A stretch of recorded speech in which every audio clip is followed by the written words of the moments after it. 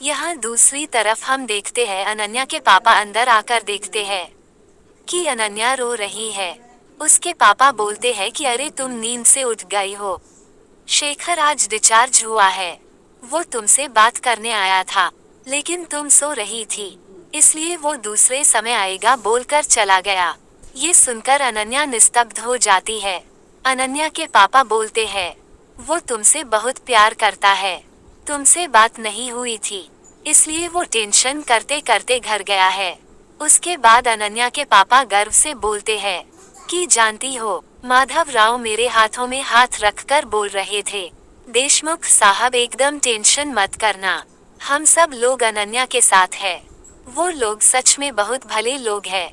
ये सब सुनकर अनन्या आंसू भरी आंखों से अपने पापा को देखती है। तो उसके पापा बोलते हैं कि तुम भूलकर भी मत सोचना सब कुछ खत्म हो गया है, और ये भी मत सोचना कि मुझे तुम्हारे साथ बाहर चलने में अनकंफर्टेबल फील होगा। ये सब बातें अनन्या के मन में अभी तक आई नहीं थी, पर बाबा की बातें सुन के अनन्या के मन में अब ये सब बातें आने लगी है। उसके पापा उसे बार बार बोल रहे होते हैं कि तुम इन सब बातों के बारे में मत सोचना, पर अनन्या आंसू भरी आंखों से अपने पापा की तरफ देखती रहती है। वो सोचती है कि उसके पापा खुद ही उसे ये सब बातें याद दिला रहे हैं और खुद ही उसे सांत्वना दे रहे हैं। मतलब शेखर की तरह ही उसके खुद के पापा पराये होते जा रहे हैं। अब अनन्या घर आ जाती है और अपनी सारी चीजों को उदासी भरी नजरों से देखती है। अपनी डिग्री, अपनी बुक्स, अपनी चूड़ी, अपनी साइकिल। अब अनन्या के घर आने पर एकमात्र प्रियंका ही उसकी अच्छे से देख रेख करने लगती है। उधर अनन्या के पापा बार बार शेखर के पापा को कॉल कर रहे हैं, पर शेखर के पापा कॉल रिसीव नहीं कर रहे हैं। तो ये देखकर अनन्या एक तरफ शेखर की बात याद कर कर दुखी हो रही है, तो दूसरी तरफ अपने पापा को देखकर दुखी हो रही है, क्योंकि उसे पता है कि शेखर के पापा फोन नहीं उठाने वाले। उसके पापा फिर भी शेखर के पापा को फोन कर रहे हैं। उसके दूसरे दिन देशमुख माधव राव को कॉल करके बोलते हैं कि अनन्या का डिस्चार्ज हो गया है और वो घर आ गई है, आप लोग देखने नहीं आएंगे। तो ये सुनकर माधव राव बोलते हैं, शेखर विदेश चला गया है, वो देश में वापस आ जाने पर सभी लोग एक साथ देखने आएंगे। ये बोलकर माधव राव फोन काट देने पर अनन्या के पापा सोच में पड़ जाते हैं। अब दिखाया जाता है कि अनन्या का भाई उसे ब्रश करा रहा है। अनन्या अपने भाई को बोलती है कि इस तरह पापा को बार बार शादी के लिए शेखर के पापा को फोन नहीं करना चाहिए, क्योंकि शेखर उस दिन हॉस्पिटल में उसका भाई उसको बात पूरी नहीं करने देता और बोलता है कि शेखर तुझसे बहुत प्यार करता है। अनन्या फिर से अपने भाई को सच बोलने की कोशिश करती है, पर उसका भाई उसे फिर से रोक देता है और बोलता है, माधव राव ने मुझे बोला था कि उनकी कंपनी में मुझे बिजनेस डेवलपर मैनेजर के पोस्ट मिलेंगे। इतना बोलकर वो वहां से चला जाता है। ये सुनकर अनन्या फिर से दुखी हो जाती है कि उसका भाई अभी भी उसका जॉब लेके पड़ा हुआ है। अब खाने की टेबल पर अनन्या सोचती है कि किस तरह वो अपने पापा को सच बोलेगी कि ये शादी नहीं होने वाली। अब जैसे ही उसके पापा सूप अनन्या को खिलाने वाले होते हैं, तभी मोबाइल में मैसेज आता है और उसके पापा अनन्या को खिलाना छोड़कर फोन की तरफ देखने लगते हैं। और उधर अनन्या सूप को पीने की कोशिश करती है, पर उसके पापा फिर भी फोन को देखते रहते हैं, क्योंकि अनन्या के पापा सोचते हैं ये मैसेज शेखर का है, इसलिए अपनी बेटी को खिलाने से ज्यादा ये मैसेज उसके लिए इम्पोर्टेंट है। इसका मतलब उसके पापा शादी को लेकर ही पड़े हुए हैं। ये देखकर अचानक अनन्या बोल उठती है, पापा मैं ये शादी नहीं करूंगी। उसके पापा बोलते हैं, क्यों? तो अनन्या बोलती है, मैं किसी के ऊपर बोझ नहीं बनना चाहती। ये सुनकर उसके पापा अवाक होकर अनन्या की तरफ देखने पर अनन्या बोलती है कि पापा आपको सच समझ नहीं आ रहा है, वो लोग शादी को तोड़ दे उसके पहले प्लीज आप इस शादी को तोड़ दीजिए। अनन्या के पापा बोलते हैं, उन लोग क्यों इस शादी को तोड़ेंगे, तू जानती नहीं है। माधव राव मेरे हाथ में हाथ रखकर आश्वासन दिया है विश्वास नहीं हो रहा है न, चल उनको कॉल करते हैं। तुम अपने कानों से सुनना। अब उसके पापा माधव राव को कॉल करने लगते हैं। अनन्या के बार बार मना करने पर भी कॉल कर देते हैं। अनन्या बोलती है, पापा शेखर उस दिन हॉस्पिटल में। उसके पापा फिर से उसे चुप करा देते हैं और माधव राव से बात करने लगते हैं। अनन्या के पिता माधवी राव से पूछते हैं कि आप लोग अनन्या को देखने आने वाले थे, और फोन का स्पीकर ऑन करके अनन्या के सामने रख देते हैं। तब माधव राव बोलता है कि देशमुख साहब, बात आमने सामने करनी चाहिए थी, पर कुछ सोचना नहीं, अब ये शादी नहीं हो सकती। आशा करता हूँ कि आप लोग मेरी समस्या को समझ सकते हैं। बस अब अनन्या के पापा और भाई चुप हो जाते हैं। अब अनन्या अपनी बात पूरी करती है कि उस दिन शेखर उसे हॉस्पिटल में देखने गया था, पर उसके कटे हाथ को देखकर वह वहां से भाग गया था।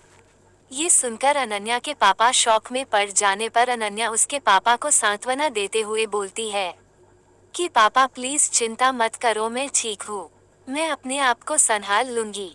अब अनन्या अपने भाई को बोलती है, भाई प्लीज पापा को थोड़ा समझाना। तब वो देखती है कि उसका भाई गुस्से में उसे देख रहा है, क्योंकि अनन्या की शादी टूट जाने पर उसका जॉब भी चला गया। फिर अनन्या अपने पापा से बोलती है कि पापा आप मेरे साथ है, तो मुझे किसी की जरूरत नहीं है।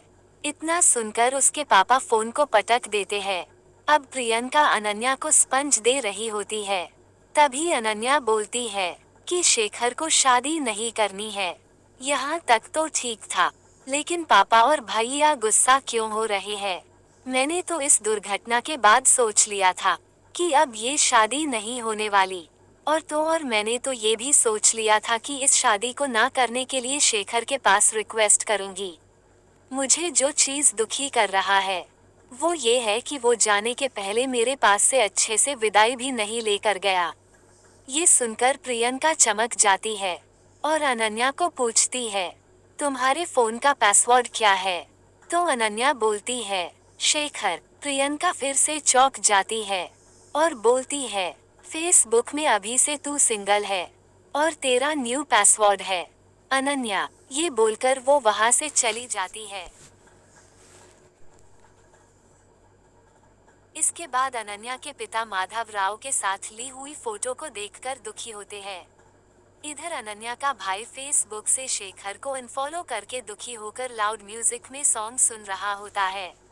ऐसे समय में अनन्या को जोर से यूरिन आ जाता है और वो उठने की कोशिश करती है, पर उससे नहीं होता है। और यहाँ पर दिखाया जाता है कि उसके पापा बारिश में गेट के सामने खड़े होकर भीग रहे हैं। अब अनन्या को यूरिन करना है और वो अपने भाई के रूम में आकर दादा दादा बोल रही होती है, लेकिन उसका भाई उसकी आवाज नहीं सुन पाता क्योंकि वो फुल वॉल्यूम में गाना सुन रहा होता है। अब अनन्या अकेले ही टॉयलेट के डोर को ओपन करने की कोशिश करती है, पर वो नहीं खुलता है। उधर अनन्या के पापा दरवाजे पर नॉक करते हैं और उसका भाई दरवाजा खोल के देखता है कि उसके पापा शराब पी के आए हैं। अब धनंजय अनन्या को आवाज देता है, पर अनन्या का कोई जवाब नहीं आता है। अब अनन्या का भाई और उसके पापा उसको ढूंढते ढूंढते जैसे ही बाथरूम का दरवाजा खोलते हैं, अनन्या शर्म से अपना सिर झुका लेती है, क्योंकि अनन्या अपना कपड़ा नहीं उतार पाती है और अपने कपड़े में ही पेशाब कर देती है। और बेटी को इस अवस्था में देखकर उसके पिता भी शर्मा जाते हैं। अब दूसरे दिन देखते हैं अनन्या की पिता अनन्या के लिए ऑफिस में आकर नस ढूंढते रहते हैं, पर प्रॉब्लम ये है कि कोई 30,000 से कम खर्चे पर कोई राजी नहीं हो रहा है, और 30,000 नस का खर्चा अनन्या के पापा नहीं उठा सकते। तो उसके पापा टेंशन में पड़ जाते हैं। उनका सहकर्मी बोलता है कि अरे तुम्हारा लड़का तो एमबीए किया है ना, वो अभी क्या कर रहा है? ये सुनकर देशमुख चुप हो जाता है। अब देखते हैं धनंजय गुस्से में फाइल को टेबल में फेंक देता है। तब अनन्या बोलती है कि दादा इतना हताश क्यों हो रहा है, थोड़ा धैर्य रख, नौकरी मिल जाएगी। धनंजय बोलता है, ये मैं जानता हूँ, पर पापा इस बात को नहीं समझ रहे हैं। अनन्या आश्चर्य से बोलती है, क्यों क्यों हुआ है?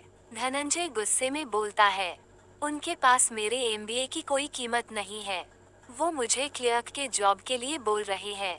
वो चाहते हैं मैं कोई थर्ड क्लास जॉब करूं, जिससे घर में कुछ पैसा आएगा। अनन्या आश्चर्य से बोलती है। क्यों? तो धनंजय बोलता है तेरे लिए, क्योंकि वो तुम्हारे लिए एक नर्स अपॉइंट करना चाहते हैं जिसके लिए पैसों की जरूरत है।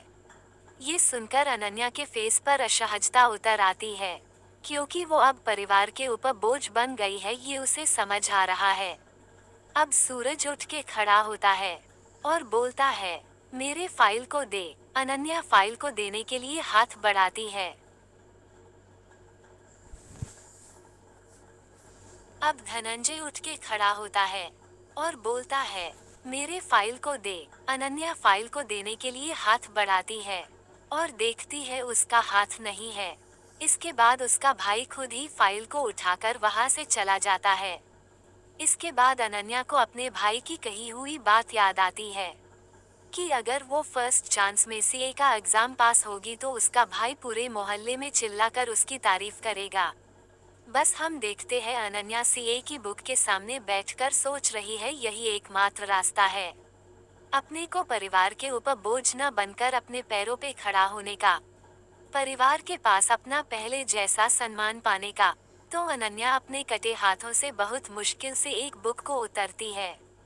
फिर जैसे ही उसे खोलने की कोशिश करती है, उसका बुक नीचे गिर जाता है और अनन्या लाचार होकर देखती रहती है।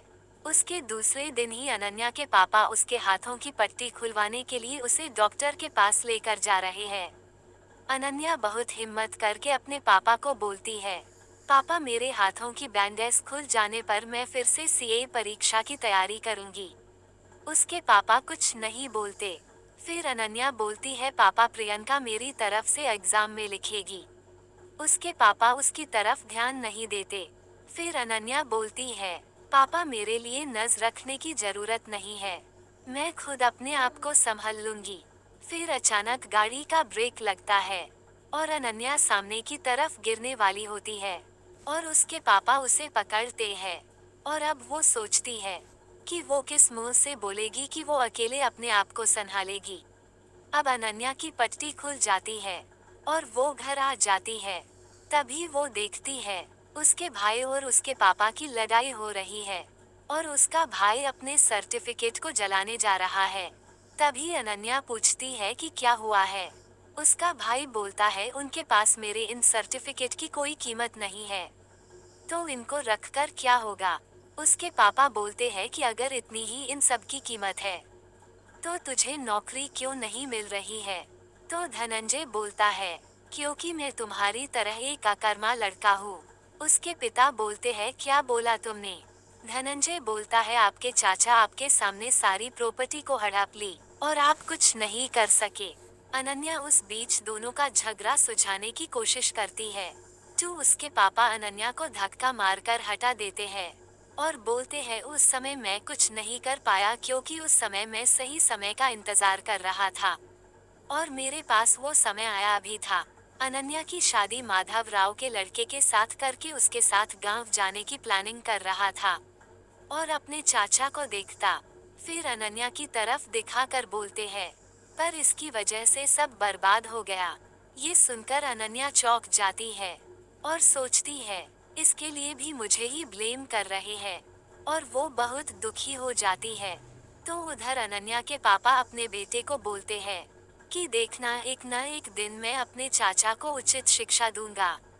तो धनंजय बोलता है, अब ऐसा करने से क्या होगा। अगर आज आपके पास पैसा होता तो क्या मुझे इधर उधर जॉब के लिए घूमना पड़ता। फिर भी मुझे कैसे भी करके एक जॉब मिल रहा था, वो भी इसकी वजह से। उसके बाद धनंजय अनन्या को बोलता है कि तुझे साइकिल में लॉन्ग ड्राइव में जाने कौन बोला था। शेखर ने तुम्हें गाड़ी में जाने बोला था ना, फिर इस साइकिल में क्यों गई तुम। ले अब पूरी जिंदगी घर में बैठी रह। फिर धनंजय अपने पापा को अनन्या को दिखाते हुए बोलता है, मुझे एक नौकरी मिल रही थी, वो भी इससे सहन नहीं हुआ। और सहन भी क्यों होगा, बचपन से वो हमेशा मुझसे आगे निकलाना चाहती थी। अनन्या के पापा धनंजय को रोकने पर धनंजय बोलता है, आप एकदम चुप रहिए, आप हमेशा से उसे ही सिर पर चढ़ा के रखते थे। आपने कभी मेरे बारे में सोचा है। अब तो सब चीज में बस अनन्या अनन्या अनन्या करते रहते थे। बाबा धनंजय को मना करने पर भी धनंजय अनन्या को मारने जाता है और बोलता है, इसकी वजह से ही मेरी जॉब चली गई। अनन्या तो अपने भाई का इतना आक्रोश देखकर शॉक हो जाती है। बाबा धनंजय को खींचकर ले जा रहे होते हैं। तब धनंजय बोलता है, मैं तेरे साइकिल को तोड़ के फेंक दूंगा। अनन्या दुखी होकर रोने लगती है। तो दिवाली का दिन रहता है। सब लोग घर पर अनन्या को अकेले रखकर दिवाली मनाने चले जाते हैं। अनन्या छत पर खड़ी होकर बेबस होकर नीचे सब लोगों को दिवाली मानते हुए देखती रहती है। अचानक छत पर शॉर्ट सर्किट होकर घर की सारी लाइट बंद हो जाती है। तो अनन्या क्या हुआ है देखने के लिए किचन की तरफ जाती है। इस पर किचन में आकर देखती है, किचन में आग लग गया है। तो वो फायर एक्सटिंग्विशर को अपने कटे हुए हाथ से चलाने की कोशिश करती है। जब हाथ से नहीं होता है तो वो अपने पैरों से फायर एक्सटिंग्विशर को खोलने की कोशिश करती है और अब वो आग को बुझाने में सफल हो जाती है और अपने पैरों की तरफ देखने लगती है। उसने कभी सोचा था कि हाथ नहीं है तो क्या हुआ, वो अपने पैरों से भी बहुत कुछ कर सकती है। तो अब वो अपनी पड़ी हुई साइकिल को देखती है, जिसे हाथ न होने की वजह से बहुत दिनों तक उसने चलाया नहीं था। तो अब वो साइकिल के पास आकर अपने पैरों से चलाकर एक अद्भुत आनंद का अनुभव करती है। तो एक्सीडेंट के बाद फर्स्ट टाइम उसके फेस पर हंसी आई थी। तो सीन कट होने पर हम देखते हैं अनन्या के पापा और भाई घर आते हैं और घर की हालत देखकर घबरा जाते हैं। अनन्या की माँ आकर बोलती है, बाप रे, बच्ची ने बिना हाथ के कैसे आग बुझा लिया। उधर अनन्या के पापा बोलते हैं, अब अनन्या के देखरेख के लिए एक नर्स रखना ही पड़ेगा। पैसा कहाँ से आएगा मुझे नहीं मालूम। ये सुनकर प्रियंका की माँ बोलती है, भाई आप चिंता क्यों कर रहे हैं, अनन्या की देखरेख के लिए मैं और प्रियंका है ना। अब उधर रूम में आकर हम देखते हैं कि अनन्या अभी भी अपने पैरों को ही देखती रहती है और सोचती है, मेरे पास हाथ नहीं है तो क्या हुआ, मेरे पास दो पैर तो है ना, मैं अपने पैरों से कितना कुछ कर सकती हूँ। दूसरों के ऊपर डिपेंडेंट न होकर मुझे अपने पैरों को अपने काम में लगाना चाहिए। फिर अनन्या अपने बेड की चादर को अपने पैरों से ठीक करने लगती है, ये देखने के लिए कि इस काम को वो अपने पैरों से कर पाती है कि नहीं। और प्रियंका चुपचाप दरवाजे पर खड़ी होकर ये सब देखती रहती है। फिर अनन्या चादर को फोल्ड कर लेती है और प्रियंका को देखकर स्माइल देती है, मानो वो बोल रही हो कि हमारे पास क्या नहीं है ये न सोचकर क्या है उसे काम में लगाना चाहिए। अब और क्या, अनन्या अब अपना रास्ता खुद ही तय करने का सोचती है और इन सब में प्रियंका उसका साथ देती है। वो अपने पैरों से ही अपना सारा काम करने की कोशिश करती है और इस बारे में घर में किसी को कुछ मालूम नहीं होता। प्रियंका के पापा अनन्या के पापा से बोलते हैं कि अनन्या को शिशु कल्याण संस्था में भर्ती करा देते हैं, कम से कम वो अपना खुद का काम करना सीख जाएगी। अनन्या के पापा बोलते हैं, उसके ऊपर मुझे भरोसा नहीं है, वो जैसी है उसे वैसे ही रहने दो। तो इस पर प्रियंका के पिता बोलते हैं, तो इसका मतलब वो इसी तरह घर में पड़ी रहेगी। तो अनन्या के पापा बोलते हैं, मुझे इतना कुछ मालूम नहीं है, मुझे बस इतना मालूम है कि अब उससे कुछ नहीं होगा। तो इस तरफ अनन्या के पास आते हैं तो वो अपने आप को स्वावलंबी बनाने के लिए मेहनत कर रही है। अब प्रियंका अनन्या को ये सब करा रही है, ये प्रियंका की माँ देख लेती है और प्रियंका और अनन्या डर जाते हैं। लेकिन प्रियंका की माँ ये सब देखकर प्रियंका के पिता को बोलकर अनन्या का एडमिशन शिशु कल्याण संस्थान में करवा दिया। तो धनंजय को जॉब मिल गई है और वो प्रियंका को खुशी में ये खबर देने आता है। तो प्रियंका बोलती है कि मुझे लेकर इतना टेंशन कर रहा है और जो बहन इतनी प्रॉब्लम में है उसे लेकर कोई टेंशन नहीं हो रहा है तुम्हें। फिर धनंजय चुप हो जाता है। उसके बाद प्रियंका बोलती है, उसे अब तुम लोगों की हेल्प की जरूरत भी नहीं है, सिर्फ वेट करो और देखो। अब अनन्या को दिखाया जाता है जहां वो अपना काम खुद ही करती है। अनन्या के जीवन का सबसे बड़ा सपना था सीए बनने का, लेकिन अनन्या के हाथ के ना होने पर वो ये सपने को तोड़ने वाली थी। लेकिन आज अनन्या उस सपने को सच बनाने की तैयारी शुरू करती है, जिसमें प्रियंका अनन्या की तरफ सेका के एग्जाम में लिखेगी। लेकिन इसकी प्रैक्टिस शुरू करने पर देखा जाता है, अनन्या जितना जल्दी बोल रही है, प्रियंका उतना जल्दी नहीं लिख पा रही है। क्योंकि अनन्या जितनी अच्छी स्टूडेंट है, प्रियंका उतनी अच्छी स्टूडेंट नहीं है। अब क्या होगा? क्या अनन्या हार मान जाएगी? ना, अनन्या हार नहीं मानती है, जबकि वो अपने पैरों से ही लिखने की प्रैक्टिसेस करती है। अब एग्जाम का समय आता है और अनन्या अपने व पैरों से ही एग्जाम का पेपर लिखती है। अब सीन आ जाता है एग्जाम के रिजल्ट का। प्रियंका लैपटॉप में रिजल्ट देख रही है और अनन्या टेंशन कर रही है। तो अनन्या पूछती है कि मेरा रिजल्ट क्या है? तो प्रियंका थोड़ी देर चुप रहती है, कोई जवाब नहीं देती, थोड़ा सैड फेस बना के रखती है। तो अनन्या को लगता है कि वो फेल हो गई है। फिर प्रियंका थोड़ी देर के बाद डांस करने लगती है और अनन्या को बोलती है वो पास हो गई है। तो अब दूसरे दिन न्यूज़पेपर पर निकला है कि दोनों पैरों से लिखकर 30,000 स्टूडेंट के शीर्ष पर अनन्या देशमुख, यानी कि अनन्या देशमुख ने का की एग्जाम में टॉप किया है। तो ये न्यूज़ देखकर अनन्या के पापा पूरा इमोशनल हो जाते हैं, क्योंकि वो अनन्या एग्जाम दे रही है, इस बारे में जानते ही नहीं थे। तो प्रियंका के पापा बोलते हैं, उसने ये सब तुम्हें बताया नहीं था, क्योंकि वो पहले खुद को साबित करना चाहती थी। तुम्हें शर्म आनी चाहिए, बच्ची ने अभी एक्सीडेंट में अपना हाथ खोया है और तुम लोग उसके साथ ऐसा बर्ताव कर रहे थे जैसे वो एक अपंग है। तब अनन्या के पापा को अपनी गलती समझ आती है और वो रोने लगते हैं और बोलते हैं कि मैं कौन से मुंह से उसके पास जाऊं, उससे माफी मांगने का मुंह भी मेरा नहीं है।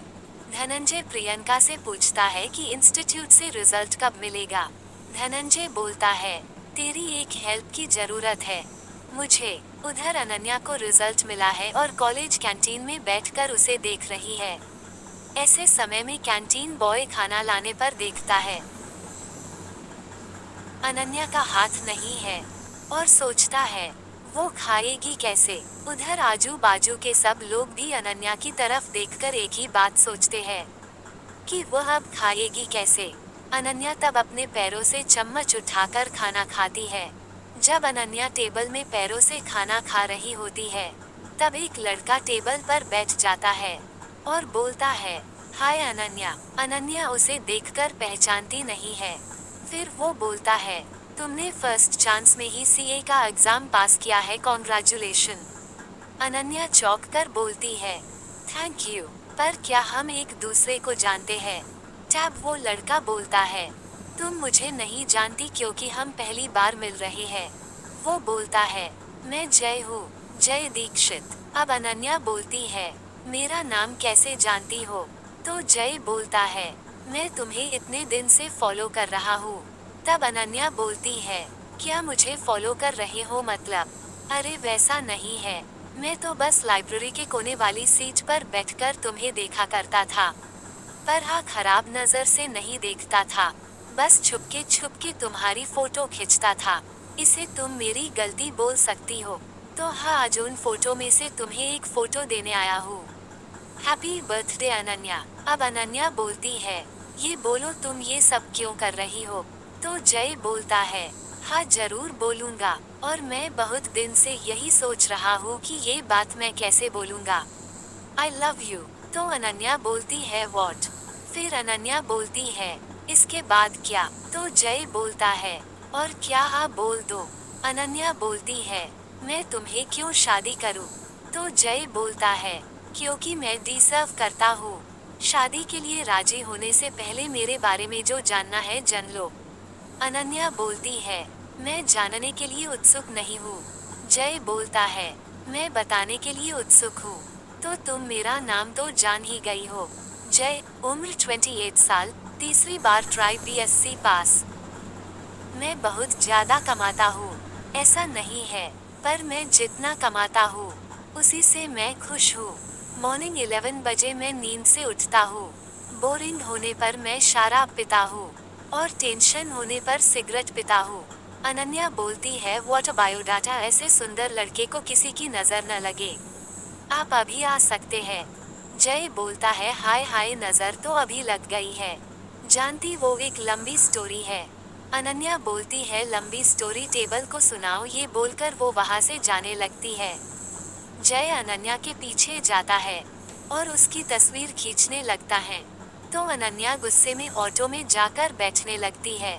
तो जय ऑटो के पास जाकर बोलने लगता है, अनन्या तुम्हारा हाथ नहीं है, तो अपने को छोटा मत समझो। अनन्या बोलती है एक्सक्यूज मी, मैं अपने आप को छोटा नहीं समझती, लेकिन मेरा खुद का एक पसंद नापसंद है न। और अनन्या वहां से चली जाती है। और अनन्या के बर्थडे के लिए वो जो फोटो लाया था उसे देने के लिए अब वो उसे देखता रहता है। अब अनन्या घर पर आकर ही चमक जाती है। टेबल के ऊपर देखती है बहुत सारे कैंडल्स और बर्थडे केक। तभी सब अनन्या को बर्थडे विश करना शुरू करते हैं। बर्थडे सेलिब्रेट करने के बाद अनन्या का भाई अनन्या के पैरों के ऊपर केक रखकर उसे खाता है। उसे अपनी गलती का एहसास है और वो रोने लगता है। उसके बाद धनंजय प्रियंका को बोलता है प्रियंका, मेरा शर्त पूरा करने का समय आ गया है। उसके बाद वो अनन्या को अपने कंधे में उठाकर उसकी सीए के एग्जाम में पास होने की खुशी जाहिर करता है। सब एकजुट होने पर प्रियंका उन सब की फोटो खींचने के लिए एक जन को फोन देती है। अनन्या सामने देखकर बोलती है तुम। तब हम देखते हैं ये जय है। तब अनन्या गुस्से में बोलती है तुम यहाँ क्या कर रहे हो। जय बोलता है तुमको उस दिन का फोटो देने आया हूँ। अनन्या के पापा बोलते हैं अनन्या, ये लड़का कौन है। जय बोलता है हेलो पापा, मैं जय दीक्षित हूँ। ही धनंजय, कैसे हो दोस्त। रोमा आंटी नमस्ते, आप बहुत सुंदर दिख रही हो। निखिल अंकल आप कैसे हैं। प्रियंका नाइस ड्रेस, तुम्हारी पसंद तो बहुत अच्छी है। तो अनन्या बोलती है तुम्हारा हाय हेलो हो गया है। हो गया हो तो एक फोटो खींच के यहाँ से भागो। सब सोच रहे हैं ये लड़का जिस तरह से सबको पहचानता, ये लड़का निश्चित ही अनन्या का क्लोज फ्रेंड होगा। तो अनन्या उस लड़के के साथ इतना बुरा बर्ताव कर रही है। देख के उसके पापा बोलते हैं कि तू फ्रेंड के साथ इतना बुरा बर्ताव क्यों कर रही है। तो अनन्या बोलती कौन है मेरा फ्रेंड, ये मेरा फ्रेंड नहीं है। तो जय बोलता है मेरा नाम जय दीक्षित है। तो प्रियंका बोलती है ये तो इसने पहले भी बोला था। तो प्रियंका बोलती है अनन्या, वो क्या तेरे कॉलेज का है। तो अनन्या बोलती है नहीं, यह तेरे क्लास का है। फिर अनन्या बोलती है नहीं। तो धनंजय बोलता है वो तेरे कॉलेज का नहीं है, वो तेरे क्लास का भी नहीं है, फ्रेंड भी नहीं है। तो भाई तुम कौन हो। तो जय बोलता है गुड क्वेश्चन। तो चलो इसका आंसर थोड़ा विस्तार से देता हूँ। चलो सब बैठकर विस्तार से बात करते हैं। प्रियंका की माँ बोलती है हाँ हाँ चलो सब बैठ के बात करते हैं। अनन्या को ये सब देखकर बहुत गुस्सा आ रहा है, पर कोई ध्यान नहीं दे रहा है। तो जय बोलता है प्रियंका के लिए एक प्लेट सेव पूरी और हम सब के लिए एक एक प्लेट भेल पूरी लेके आना। उधर अनन्या गुस्से में लाल हो जा रही है, पर उसकी तरफ कोई ध्यान नहीं दे रहा है। तब अनन्या गुस्से में बोलती है मैं जा रही हूँ, और अनन्या जाने लगती है। तो सब उसके पीछे दौड़ने लगते हैं और अनन्या को रुकने बोलते हैं, पर अनन्या नहीं रुकती है। तब जय बोलता है अरे अनन्या रुक न यार, वो लोग कभी न कभी तो हमारी सच्चाई जान जाएंगे। अनन्या रुक रुक कर बोलती है कौन सा सच जान जाएंगे। ये कि मैं तुम्हें शादी करना चाहता हूँ। ये सुनकर सब तो झटका खा जाते हैं। तब जय बोलता है सब मुझे ऐसे क्यों देख रहे हैं, कभी ना कभी तो आप लोग इसकी शादी करेंगे ना। तो मैं शादी करना चाहता हूँ, इसमें क्या प्रॉब्लम है। और हाँ फेस सो ब्यूटीफुल। तो अनन्या के पापा बोलते हैं कोई समस्या तो नहीं है, और तुम भी हम लोगों को पसंद आए। पर अनन्या फिर अनन्या के पापा बोलते धनंजय थोड़ी मदद करना।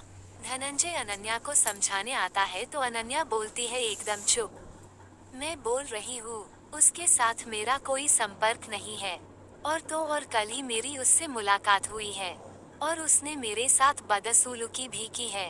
तो इस पर अनन्या के पापा जय की तरफ गुस्से में आते हैं। तो जय बोलता है, अरे पापा, इसमें गुस्से की क्या बात है? मैंने उसे शादी का प्रस्ताव दिया है और इसी को वो बदसलूकी बोल रही है। तब अनन्या जय के पास आकर गुस्से में बोलती है कि तुम यहाँ से जाओ, नहीं तो अब हम थाने में जाएंगे। हम लोग, एक तुम्हें छोड़ के सब लोग मुझे यहाँ पसंद कर रहे हैं। फिर जय धनंजय से बोलता है, दादा आप कुछ क्यों नहीं बोल रहे हैं? फिर अनन्या बोलती है, प्रियंका तू थोड़ा सा समझा न रे।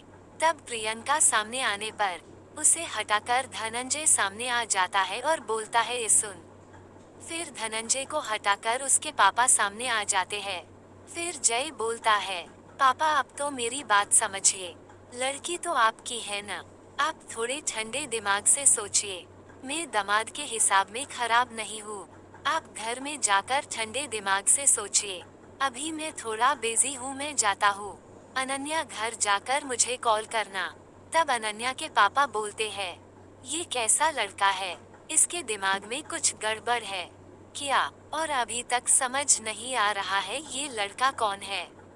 तो प्रियंका बोलती है, जय दीक्षित। और अनन्या गुस्से में प्रियंका की तरफ देखती है और सीन कट होकर आ जाता है शिशु कल्याण संस्था के सामने।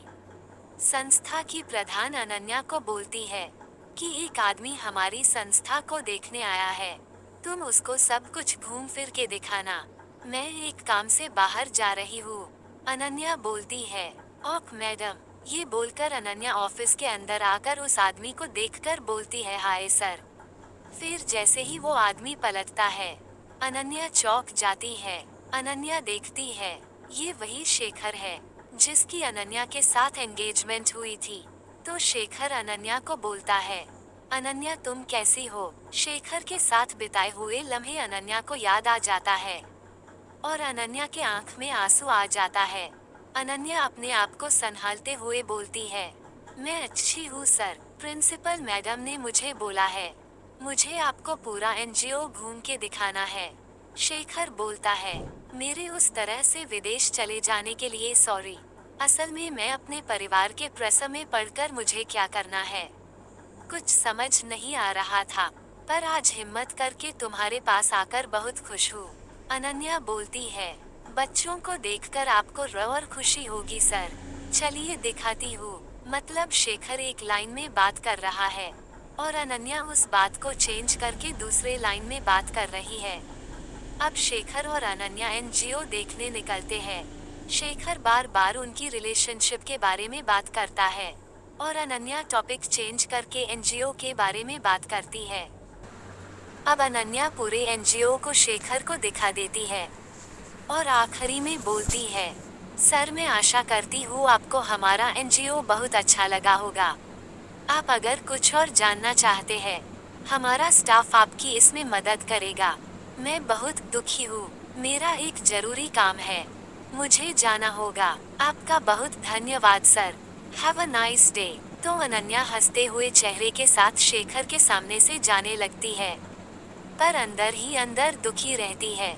और उसे दुख भी क्यों ना हो, शेखर था अनन्या के जीवन का पहला प्यार।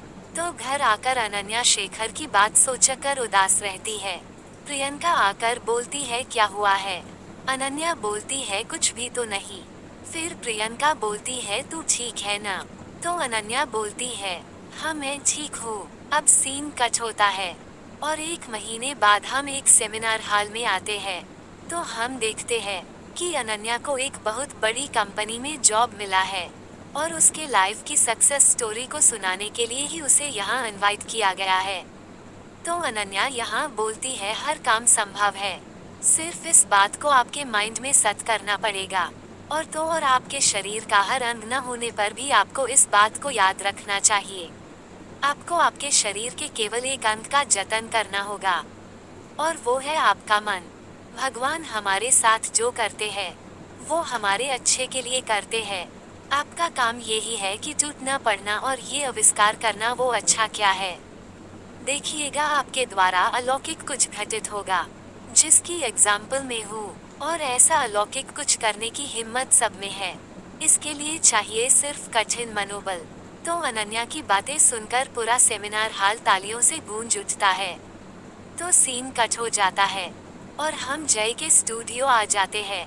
यहाँ जय अनन्या की फोटो वॉश कर रहा होता है और एक फोटो को हाथ में उठाकर बोलता है कि खुले बालों में ही तुम सबसे सुंदर लगती हो। इसके बाद अनन्या के घर में आने पर हम देखते हैं वो अपने बोलों से रबर बैंड को उतारकर अपने खुले बालों को आईने में देख रही है। तभी दरवाजे में कॉलिंग बेल बजता है।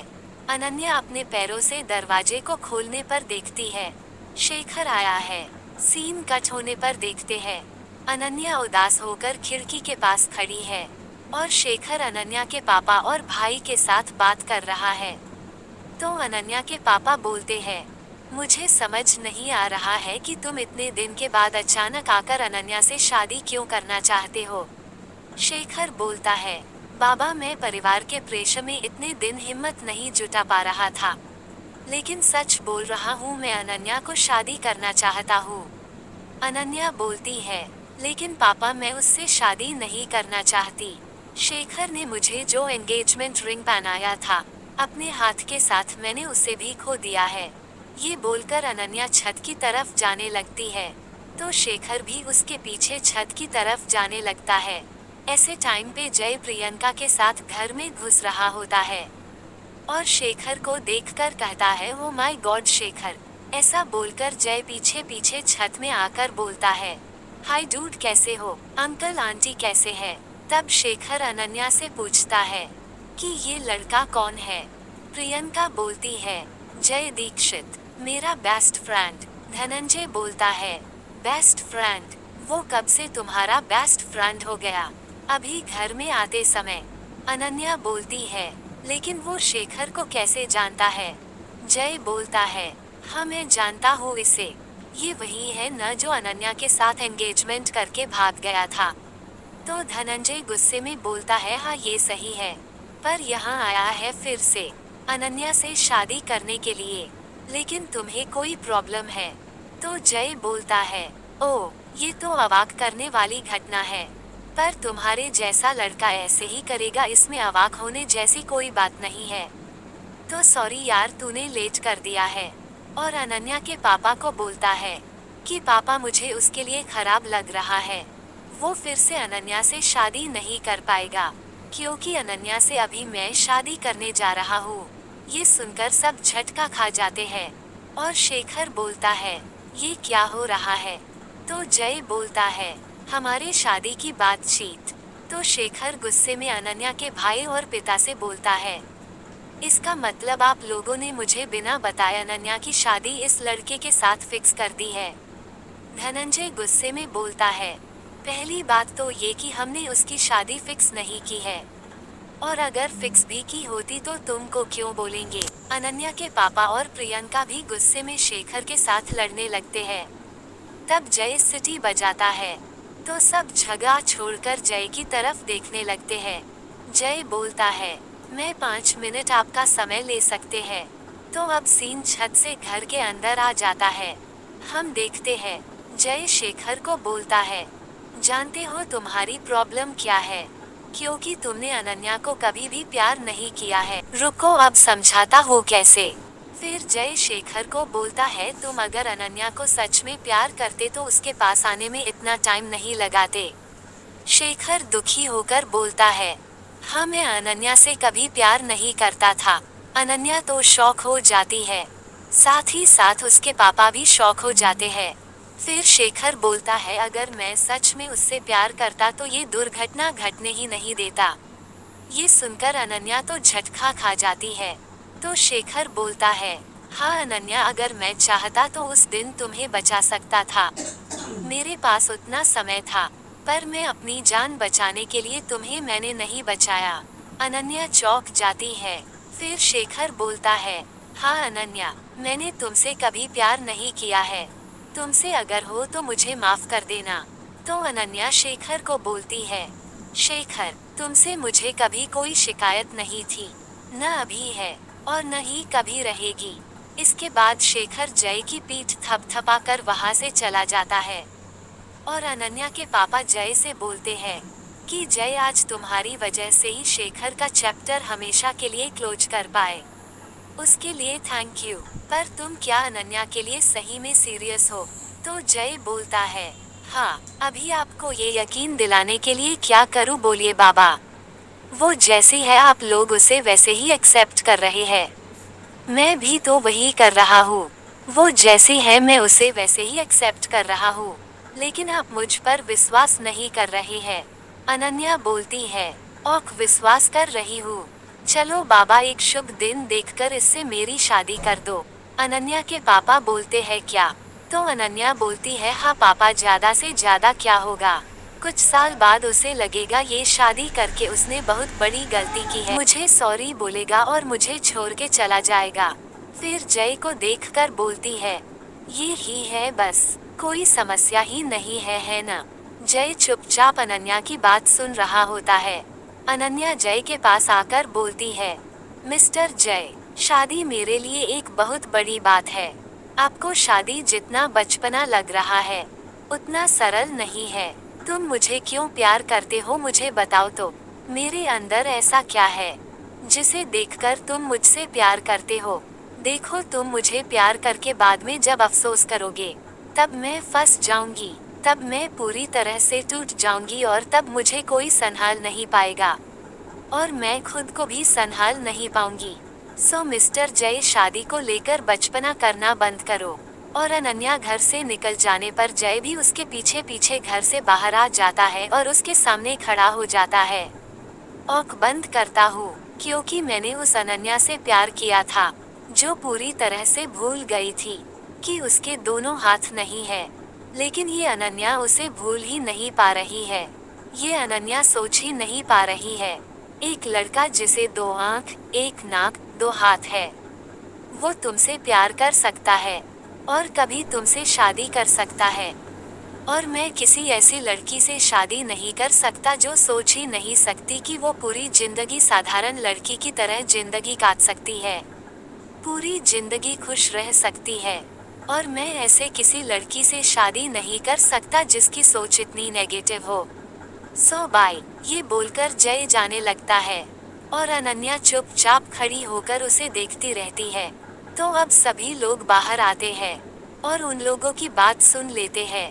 जय जाने लगता है और अनन्या को कुछ समझ नहीं आता है कि उसे अब क्या करना है। तब अनन्या के पापा अनन्या को बोलते हैं, तुम ही तो बोलती हो भगवान जो करता है अच्छे के लिए करता है, वहीं से अलौकिक कुछ घटता है। ये बोलकर अनन्या के पापा जय की तरफ देखते हैं। इसका मतलब वो बताते हैं ये ही तुम्हारे जीवन की अलौकिक घटना है। तो जय बाइक स्टार्ट कर रहा होता है और इसी बीच अनन्या बोल उठती है, जय। जय रुक जाता है और जय के फेस पर हंसी आ जाती है। इधर अनन्या के फेस पर आंसू आ जाता है। इसके बाद उन दोनों की शादी हो जाती है। अब सीन आ जाता है जय के घर पर। जैसे ही अनन्या जय के फोटो स्टूडियो में पहुंचती है तभी जय बोल उठता है, तुम्हारे लिए सजाए हुए घर में तुम्हारा स्वागत है। अनन्या पूरे दीवार पर लगे हुए अपने फोटो को देखती रहती है जिसे जय ने इतने दिनों से छुप छुप कर खींचा था। तब जय आकर बोलता है, सरप्राइज कैसा लगा, पसंद आया? अनन्या बोलती है, मैंने कुछ बदमाश पिकाशा किया था पर सब मीठा हो गया है। तो जय बोलता है, वो अच्छा, तो अगर हम चाहे तो आज रात को भी कुछ बदमाश पिक ले सकते हैं। ये बोलकर जय अनन्या को प्यार से ले जाकर बेड पर सो जाता है। फिर अनन्या जय को बोलती है, जय मुझे मालूम नहीं मैं ये कर पाऊंगी कि नहीं, पर मैं माँ बनना चाहती हूँ। मैं वो सब करना चाहती हूँ जो एक माँ अपने बच्चे के लिए करती है। मैं ये कर सकती हूँ, है न जय? तो जय बोलता है, हाँ ये तुम जरूर कर सकती हो। फिर जय बोलता है, सब पॉसिबल है, सिर्फ आपके माइंड को ही इसके लिए सेट करना होगा और अपने ऊपर भरोसा रखना होगा। फिर दोनों डांस करते हैं और मूवी यही खत्म हो जाती है।